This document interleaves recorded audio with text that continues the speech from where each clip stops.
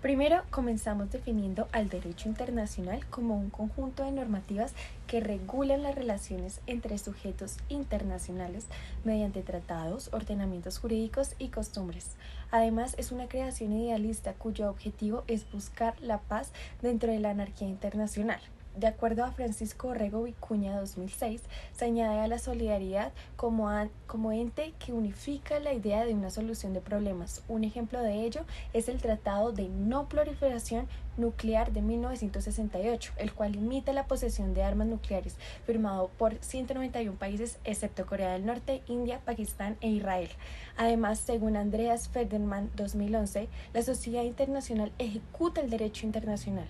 Por otra parte, la responsabilidad internacional es la consecuencia de una violación de una norma del derecho internacional, en adición al pensamiento de Nadjam Alexander 2011, en donde se interpreta la violación de normas internacionales mediante hechos ilícitos o lícitos. Esto demostrado por Ana Gemma López Martín 2008, en donde se comprometen las consideraciones generales, el elemento subjetivo a la atribución del estado del comportamiento y el elemento objetivo, la violación de una obligación internacional.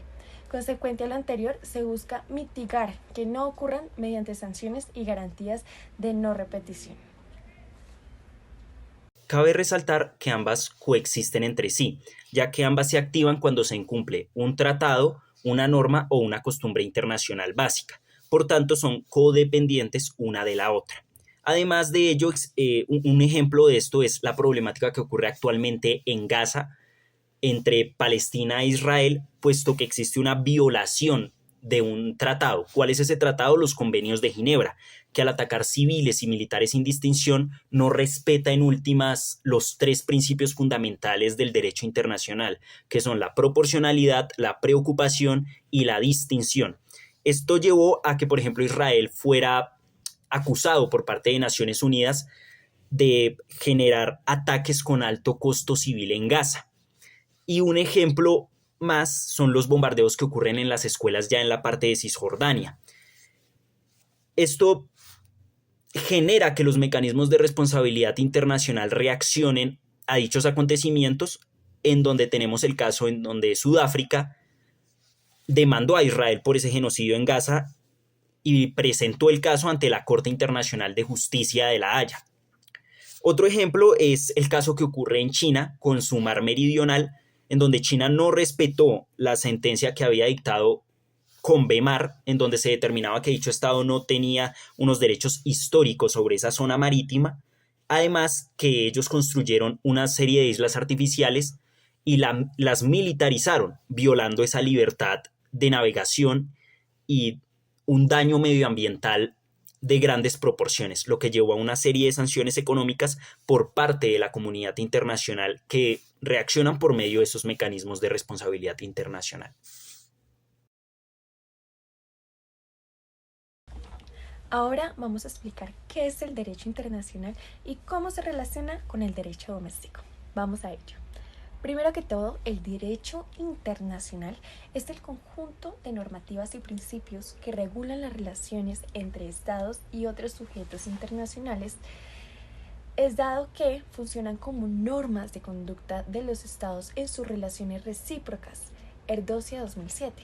Se divide en derecho internacional público, que rige los asuntos como la soberanía y los derechos humanos, y derecho internacional privado, que regula conflictos de leyes entre jurisdicciones nacionales en materia civil y comercial. Por otra parte, el derecho doméstico es el conjunto de normas y principios que rigen dentro de un Estado, regulando las relaciones entre individuos, entidades y el gobierno.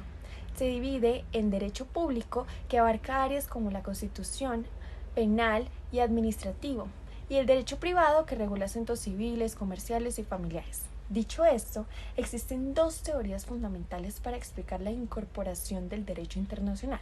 El primero es el dualismo, en donde el derecho internacional y doméstico son sistemas separados y las normas deben ser transformadas en internas para ser aplicadas. Y el segundo es el monismo, en donde el derecho internacional forma parte del sistema jurídico interno y las normas se aplican directamente.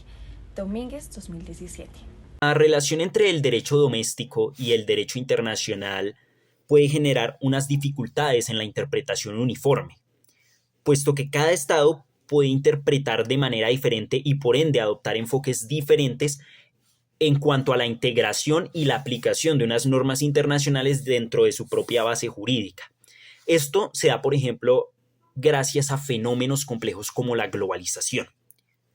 Ello lleva a que exista una falta de coherencia también en la aplicación de unos tratados y las decisiones de los tribunales internacionales, especialmente cuando existen diferencias entre el derecho interno y los compromisos internacionales asumidos por parte de un Estado.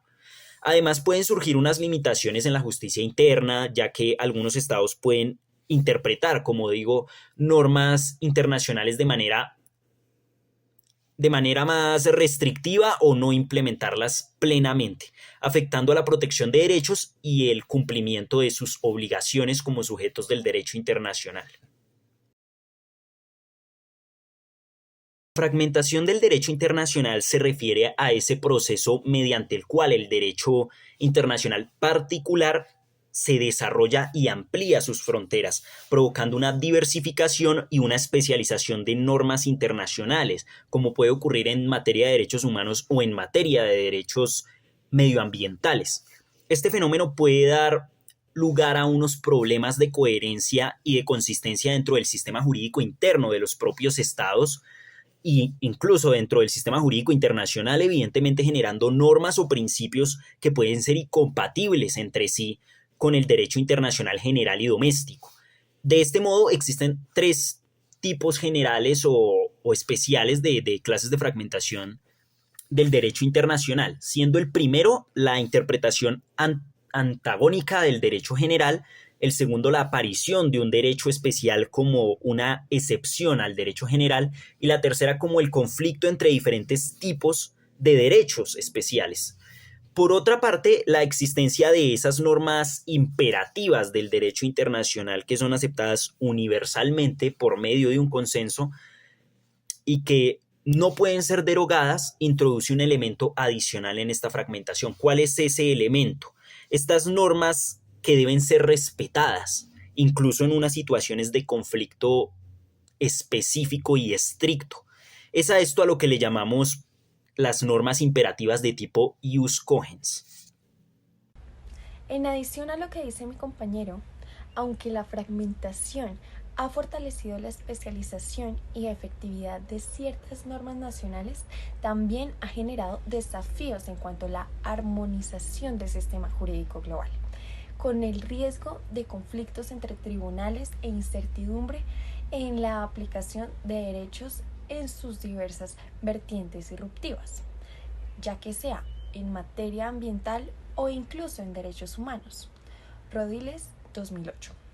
Ahora bien, la fragmentación del derecho internacional puede representar, a su vez, una oportunidad al permitir la aplicación del principio lex specialis, que facilita la coexistencia de regímenes normativos especializados, al priorizar normas más específicas en contextos particulares. Este principio ayuda a resolver conflictos normativos y a garantizar una mayor precisión en la regulación de áreas como el derecho penal internacional, el comercio o el medio ambiente, promoviendo soluciones adaptadas a cada sector sin afectar la estabilidad del derecho internacional general.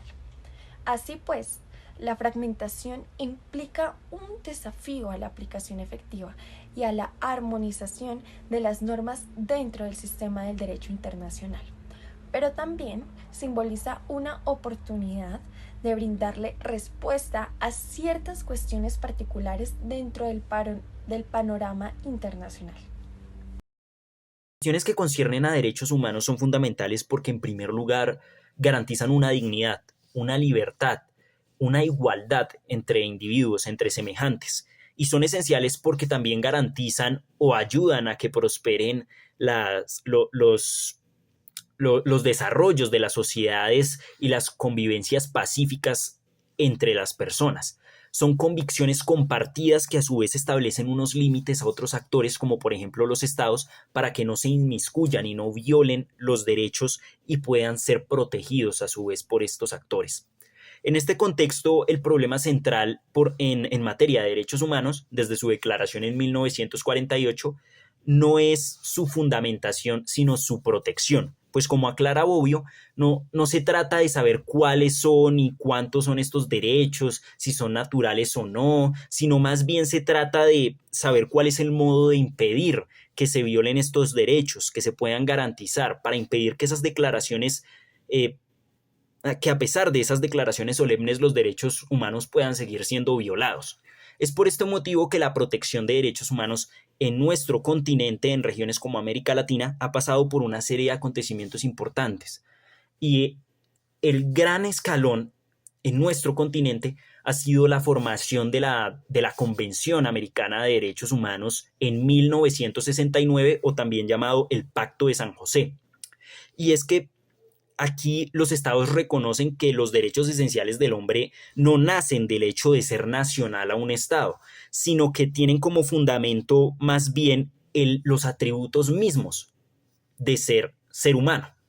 Este principio, aceptado por consenso general, ha proporcionado a nuestro continente un nuevo mecanismo para proteger dichos derechos, que se componen principalmente de dos órganos. Comisión Interamericana. Órgano cuasi judicial que no dicta sentencias, solo recomendaciones y medidas cautelares de carácter vinculante, tal y como lo aclara la sentencia 3016 del 2016, remitiéndose a los bloques de constitucionalidad. Además, seguimos con la Corte Interamericana, órgano judicial que emite sentencias para los estados como obligaciones para la protección de los derechos humanos, llevando el caso solo por la Corte Interamericana de Derechos Humanos o por un estado particular. Estos mecanismos tienen una importancia mediada por un constitucionalismo interamericano que ofrece oportunidad. Es clave, ya que permite a las víctimas de abusos o negligencia estatal recurrir a la Corte Interamericana cuando las instancias nacionales son débiles o corruptas. Mediante el efecto boomerang, los activistas logran que preocupaciones rechazadas a nivel local regresen como demandas de la comunidad internacional. Urueña 2013. En definitiva, estos mecanismos ofrecen la oportunidad de garantizar unos derechos fundamentales, generando con ello una integración, el ordenamiento o jurídico en multiniveles. Bueno, ahora llegamos a la quinta pregunta, y esa base de la película El Aprendiz, de la relevancia a Donald Trump como presidente. Y no solo eso, ¿cómo comenzó? ¿Cuál fue el motivo por el cual Donald Trump ahora tiene unos instintos impulsivos de liderazgo? Por medio de todo lo enseñado por Roy Cohn, que era el abogado muy prestigioso, pero como le dicen, vendió el alma al diablo, y Donald Trump se convirtió en él. Cabe resaltar que en las relaciones internacionales nosotros vemos teoría de las relaciones internacionales 1, teoría de las relaciones internacionales 2, y aquí podemos ver un problema interparadigmático del pensamiento ideológico de Trump en cómo maneja sus políticas, pero aquí vamos más que todo a analizarlas por medio de tres aspectos supremamente importantes. Comenzamos con que Donald Trump encarna la esencia de poder estadounidense bajo una visión realista y confrontativa, basada en el pragmatismo político y la búsqueda de la hegemonía. Además, en el largometraje explica cómo la influencia conservadora de Roy Cohn, su abogado, el atacar, negar la verdad y resistir ante la derrota, hace tangible la idea de el fin justifica los medios, de la teoría realista clásica. Por otra parte, su enfoque refleja el dilema del miedo de Kenneth Waltz, 1988, y el neorrealismo ofensivo de Mersheimer, de 2001, en donde ambas teorías demuestran la forma de ataque impulsivo de Donald Trump mediante estrategias geopolíticas tales como el cambio del nombre del Golfo de México al Golfo de América. Cabe resaltar que tomó esa decisión como una táctica ideológica, que así como en la película se vería su deseo expansionista y jovesiano durante su gobierno actual. Cabe resaltar que el gobierno Trump actual puede también verse de un lado neoliberalista, neorrealista, neoclásico y por supuesto constructivista, que ahorita lo va a explicar mi compañero. De igual forma, el ascenso de otros estados puede ser percibido como una amenaza. Así se vio en decisiones como la salida de la Organización Mundial de la Salud y la preferencia de entablar unas conversaciones y unos acuerdos con unos jefes de Estado que sean más afín a una ideología, como por ejemplo Putin, ya que él no negocia como un ejecutivo más de Estados Unidos, sino que lo hace como él mismo. Está siendo la marca especial del Estado americano, que identifica actualmente al Estado americano. Esta percepción la podremos entender mejor a través de una perspectiva constructivista, que es la que enfatiza principalmente Alexander Bent, en donde él propone que el concepto principal se da por la identidad, que en este caso el actor principal de esa identidad sería Trump. ¿Qué es lo que ocurre?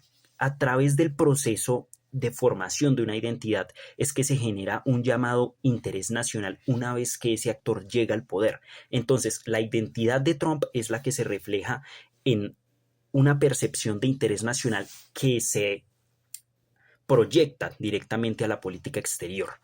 Entonces se refleja dicho objetivo en materia de las decisiones que él toma como presidente de los Estados Unidos.